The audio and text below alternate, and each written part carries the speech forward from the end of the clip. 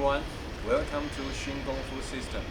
Today we are going to illustrate some Kung Fu techniques in SKFS system. And now, suppose our opponent hit us with his right arm like this.